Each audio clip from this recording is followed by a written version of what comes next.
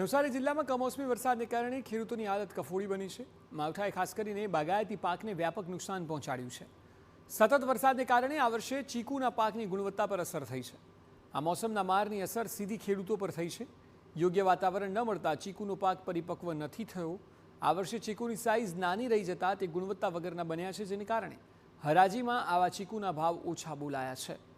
લાપાચમના દિવસે પણ અમલસાડ મંડળીમાં ચીકુની હરાજી થઈ હતી, પરંતુ ગત વર્ષની તુલનાએ ચીકુની આવકમાં નોંધપાત્ર ઘટાડો નોંધાયો છે।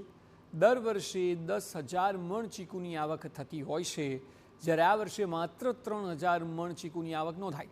નવસારીના અમલસાડી ચીકુ તેમજ તેમની અલગ અલગ પ્રકારની મીઠાશ, ઉત્તમ ગુણવત્તા અને મોટા કદ માટે સમગ્ર ભારતમાં જાણીતા છે, પરંતુ આ વર્ષે વાતાવરણના કારણે ચીકુના પાકની ગુણવત્તા પર અસર પહોંચી છે।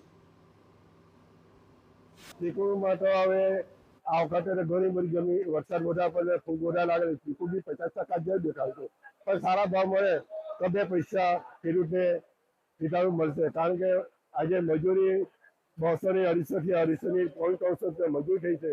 એ 300 અમે બી ભાવ સારા રહે આખું વર્ષ 1000ની અપેક્ષા રાખીએ કે પહેલા જ ભાવ 1000 મળે તો ખેડૂતને 2 પૈસા મળી શકે। વરસાદની પરિસ્થિતિમાં 3,000 થી 4,000 મણ જેવો માલ આવ્યો છે અને 1,000 થી 1,600 રૂપિયા જેવો ભાવ રહ્યો છે। આજે વરસાદને કારણે માલ ઓછો આવ્યો, નહીં તો અત્યારે એવું હતું કે ખેડૂતોનો માલ ઘણો તૈયાર હતો અને આ જે 15 દિવસથી વરસાદનો માહોલ છે એમાં માલ વધારે આવી શકે એવું હતું, પણ વરસાદને કારણે માલ લેટ થઈ ગયો અને 1 મહિનો જેવો માલની પરિસ્થિતિ લેટ થઈ ગઈ।